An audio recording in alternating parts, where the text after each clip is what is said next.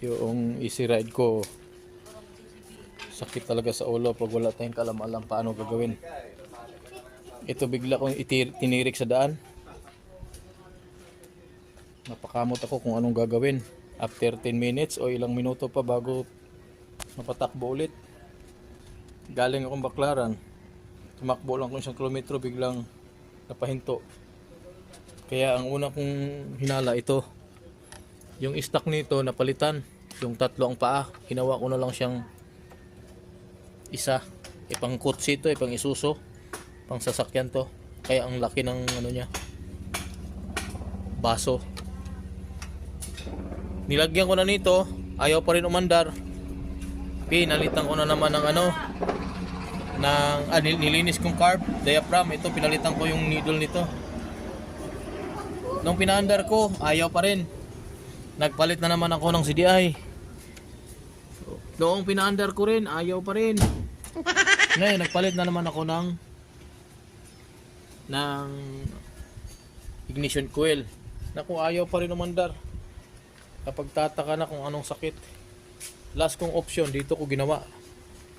Meron pa pala akong isang pinalito. Ito. Pinalitan ko yung stock niya. Yung parang terminal niya. Yan, bago na rin yan. Wala rin.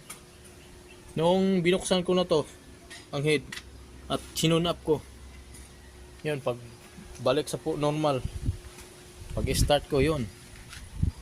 Isang pitik lang. Try natin. Uy, wala palang battery. Mamaya na lang.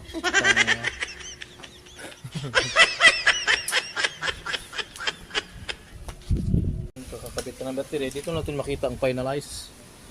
Kung talagang gagana ba ito talaga.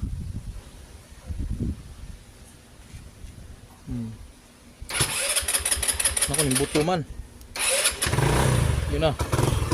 May ano na, may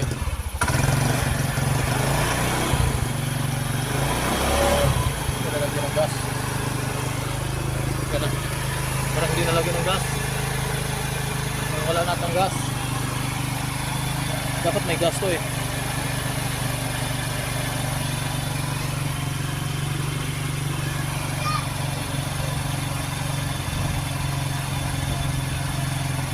Wala na. Okay, go.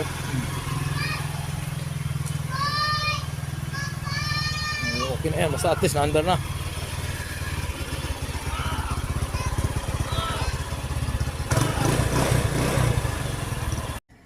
Under rin natin ito umaga. Ano pa yung